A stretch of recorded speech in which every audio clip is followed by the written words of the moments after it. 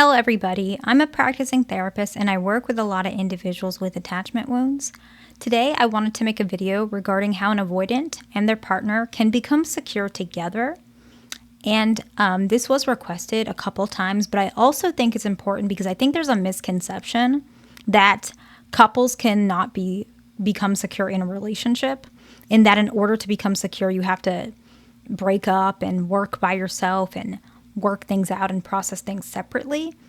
That is an option, but I often feel like with relationships, sometimes what ends up happening is if you do that, you're actually avoiding what really needs to be healed, because often when you're in relationships, romantic relationships, especially interpersonal relationships, the connection that you guys have, it gets deeper and deeper as the relationship continues and more triggers show up.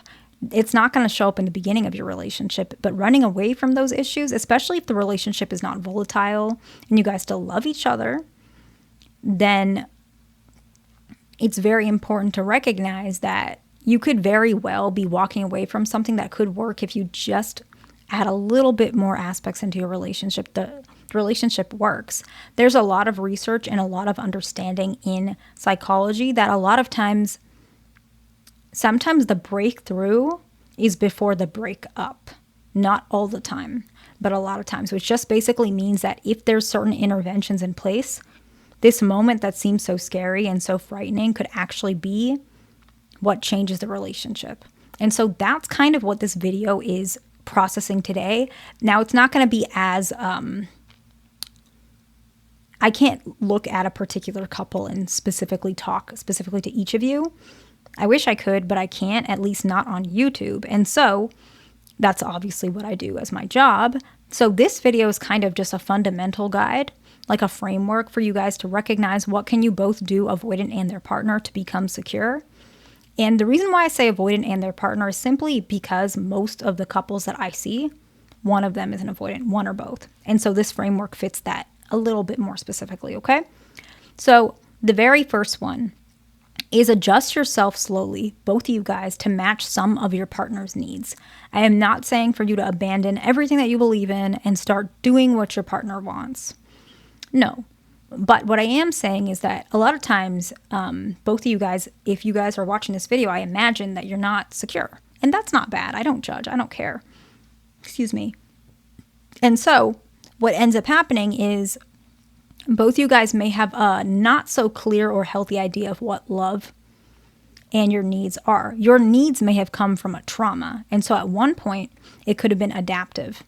I give this example sometimes where a child, let's say we have a little kid, right?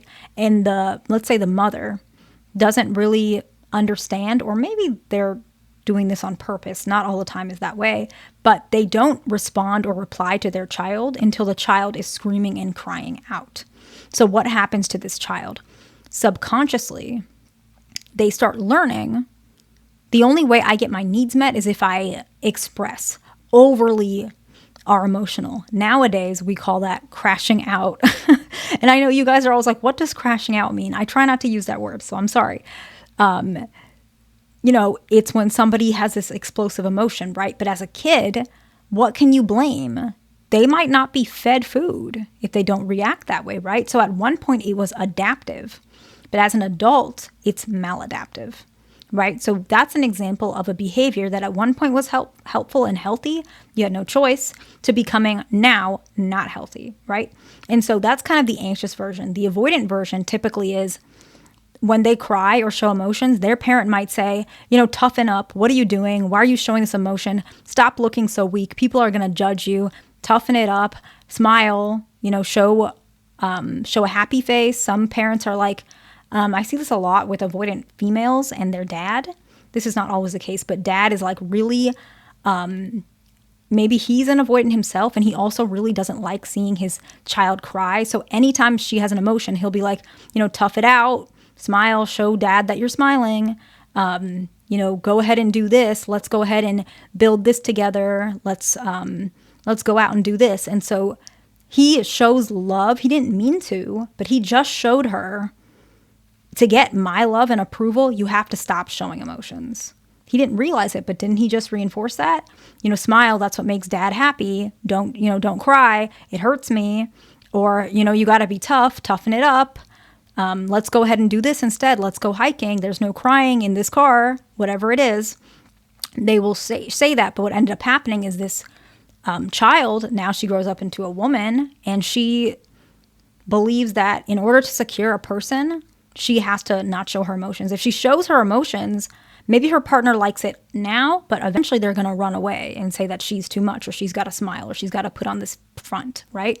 And so what ends up happening is these two needs that you guys have are actually both coming from a maladaptive behavior and perception, right? So avoidant individuals, they think, I need a lot of space. I need to manage my feelings by myself, because what happens is deep inside they're thinking, I can't show my feelings. I can't bring this to my partner.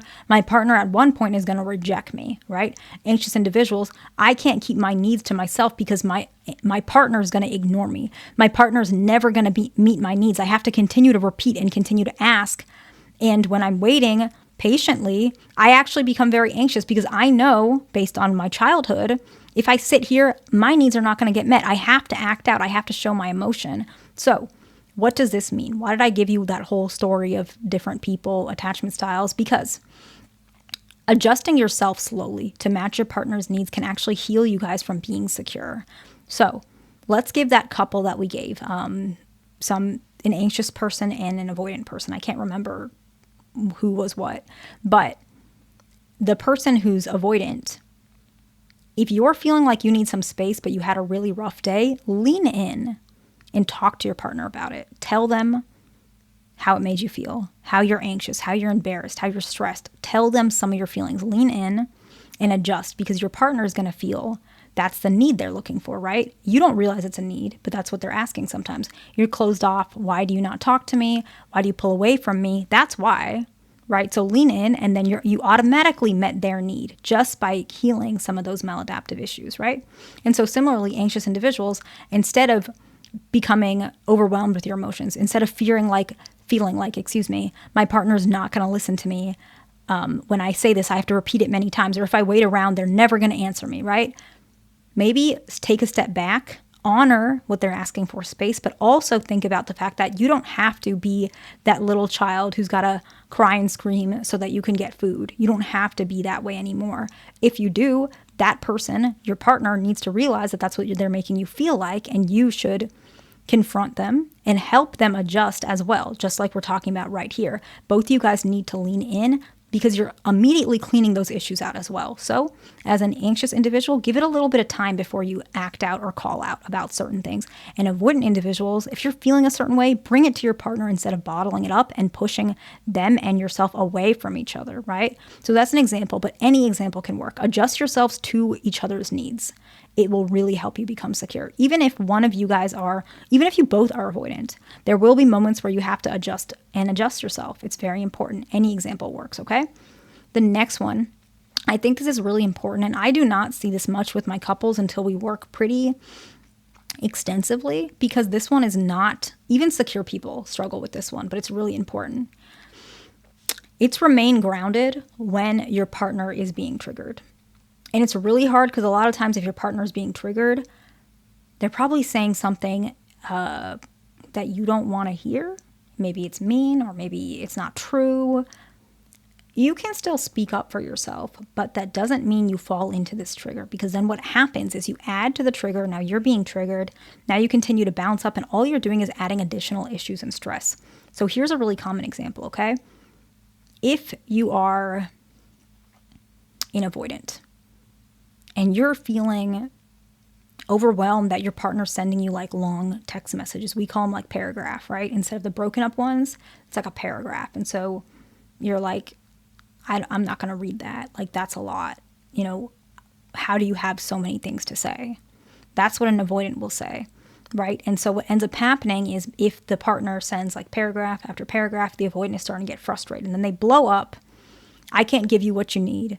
Why are you doing that? I told you I need this and that. I told you not to triple text me. Why are you doing that again? Maybe this relationship isn't worth it. This is just a made up scenario, right? Fictional. And sometimes this happens. You guys can probably relate. So the avoidant individual blows up, says maybe we shouldn't be together, but the trigger is the breakup, right? Avoidance, what they do is they pull away. What an anxious individual will do is, they're rightfully so, they're going to freak out. Oh my God, my partner is going to leave me. And then they're going to be overly triggered. Maybe they're going to scream. Maybe they're going to be upset. Maybe they're going to cry. And now both you guys are triggered. So what is a way to do that without being triggered?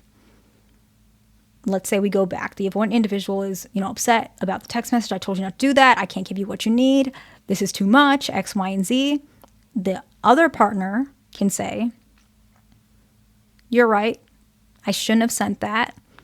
I appreciate you bringing that up to me. I know we've talked about it before and I'm working on it and I'll definitely work better at it. I should not have sent those extra messages. Plus, I don't think it's something that we need to talk about right away. So I should have just waited because I know that we have a date on Saturday. I do hope you can forgive me because I really am working on it. Are you seeing my progress? Something like that, whatever version it is. So do you see how we talked about the original issue, not the trigger? The trigger came after. The original issue is this partner just didn't appreciate the multiple text messages. Talk about that. I'm not saying ignore the trigger, but don't highlight it because that came after. Don't talk about the trigger right away. Talk about what's bothering them, right? And so another individual, let's flip it. Anxious. And by the way, avoidance and anxious, that's not always the pair. It's just an easier way to describe this in this video, but this can work for anybody just because they both are kind of on the opposite sides. So let's say an anxious individual, their partner did not answer them for 6 hours. And it might even be better to say maybe they had a fight the other day. So the avoidant is a little bit more detached today. So now the anxious individual, what ends up happening is they call their partner 2 or 3 times and they're really upset. And so the avoidant individual, they feel bad because they know they've been pulling away. So what they end up saying, let's say they get really upset. I don't know. They start saying, you're way too much. You're X, Y, and Z. Why are you doing this? This makes me not want to talk to you even more. Or what avoidants do even more commonly is they just stop answering, don't pick up the phone, don't text message, and they just pull away even more. That's your trigger. And now you're adding to the issue, right? You're just adding more flame to the fire. And so what would be a better option is when your partner's calling and you know you're busy, but if you're available to text, you can mention, I'm busy right now. I'll call you or text you back when I can. I'm still a little upset, but it doesn't mean I'm ignoring you. That will make it a lot easier, whatever version that is. But you see how you still remained grounded while they're being triggered? Do not let 2 triggers happen at the same time because that's how a lot of these individuals have that cycling type of relationship, okay? The next one is both of you should praise and show gratitude towards positive behaviors because this will help them feel more appreciated and seen, but it'll also reinforce secure behaviors. So let's say, for example, you're an avoidant individual and you notice that your partner is being more respectful of your texting habits. Let's say you take a little bit of a while to answer back your text messages. They used to double or triple check text you so that you can see their message. Right? Now they send one message and they wait for you to reply and then they reply to you. And a lot of times anxious individuals, not all of them, they reply pretty quickly, which is really endearing, right? And so, but they're still waiting. So you know that they're waiting on your message, which is great, right? That's respectful.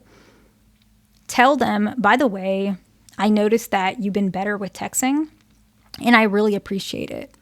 I'm going to try and answer things more quickly, but I really appreciate how you give me that space. It makes me really happy and it definitely makes me feel closer to you. You just gave them gratitude. You showed gratitude. You gave them praise for what they're doing and you kind of opened up to them, right? Anxious individuals are really like that. Anybody would. And so on the flip side, if an avoidant individual mentions something, let's say you mention, I wish that you could compliment me more. I would appreciate if you compliment me more. I like when you compliment me, whatever. And you notice your avoidant partner is trying to show more compliments. Tell them, by the way, I do notice that you're complimenting me more. It means a lot to me and I appreciate it, right? Something very simple, but it boosts both the motivation on both individuals, right? So the next one, both of you, I like to make this kind of like a ground rule in general. It's not always easy, but it's something to always try to restabilize. And both of you guys communicate without name calling, negative tones, sarcasm, eye rolling, hands on the hips type of thing. Both communicate warm and stable tones without, and because You don't want to make your partner feel less than or talk down to, because you're going to have a harder time getting your point across. So talk in a respectful way. That's really important, okay? The next one, and I really like this one, but it's going to be hard to explain in a video because every single person is different, even with attachment styles, and that is respecting each other's boundaries and remembering that these boundaries may adjust over time. So it's a bit of a long sentence, so let's try and break it up. A boundary for an avoidant individual, just an example, and not all avoidants, is that they don't like multiple texts in a row. That's a pretty common one, right? Respect that your partner doesn't like that and wait for them to respond. That's a respect. An anxious individual, they may not like, how would I describe it? It's different for every anxious individual, but a lot of times they don't like certain words because they think of it as it kind of brings them back to childhood. So cursing is one, but no one should be cursing at one another. But like certain trigger words like annoying, sensitive, you know your partner, you'll know them. And people don't mean it in a negative way, but anxious individuals, they probably have been called that a lot in their life in a not so good way. And so they probably have a boundary, don't call me that. They don't appreciate that. So respect that. There's another way to say it. Recently you've been a little much. Is everything okay? Something like that is much better than saying, oh my God, you're so annoying. Just give me a minute. Same thing, but just one is a lot better. So please respect each other's boundaries, and it may adjust over time. Maybe in a couple years, if you accidentally say you're annoying, your anxious partner, if you guys have been together and you've been treating your partner well, your anxious partner may let that one slide. Still, they're going to call you out on it. They should, but they might not be so hurt. They might not cry. They may not be so devastated as they used to be. So that's what I mean by boundaries adjust over time. Over time, avoidant individuals, especially after the trust is built, they very well may be totally fine if you double or triple text them. I see it happen. But that wasn't a boundary that was adjusted. It didn't start that way. So respect the boundary as it is and understand that some boundaries are quite fluid. You don't realize this, but as you grow in relationships, a lot of those boundaries do change, and it's a good thing, okay? Something to keep in mind. The next one is understand the possible imbalances of how you communicate does not necessarily mean that the other one loves each other more. It's usually that you guys just have different attachment styles. I think avoidants need to hear this more than anxious individuals, but I think both of you guys or all individuals need to hear this. If an anxious individual, they send you a long romantic text message and avoidant is just like, what do I say? That doesn't mean you as the avoidant love your partner less. One is just better expressing themselves. I mean, avoidant individuals, you guys are bad at expressing yourself to yourself. I have a lot of times where patients, you may ask, how's your day? What's going on? And they'll sit there and really think, and then they'll go back and be like, I don't know. And I'm watching them think. This is common. So it doesn't mean that this person has no feelings. They just don't know how to tap into it, right? And so it doesn't mean that the anxious person loves more. They just they have a better skill at expressing it, right? Just like an avoidant individual, they have a better skill of managing some of their feelings, maybe a little too much, right? And so they can turn off a feeling. They're about to go in a meeting. Maybe they had a fight with their partner. They can turn that off and just go right into that meeting, and no one will ever know that they're, heartbroken. Right? Anxious individuals, it's harder for them to do that. So just remember that the different imbalances does not necessarily mean one person loves each other more. It's always important to recognize that. And the last one, this is my favorite, probably really obvious. And I'm not telling you guys to stay with a person you don't feel there's a future, or they mistreat you, or you don't see any change. Just disclaiming that before I jump into the very last one, and that is commit to making it work. This one's a lot easier said than done. You guys will go through many, many roads, many valleys, many turns, and it's going to be hard. I think if both you guys can commit to making it work, most couples, not all, can probably make it. And that just means that when you feel like you want to quit, maybe stop and think, do I really want to? Or is there something else that can be done? So that's just my perspective. I hope this video was helpful for somebody. Please like, subscribe, and I'll see you in the next one.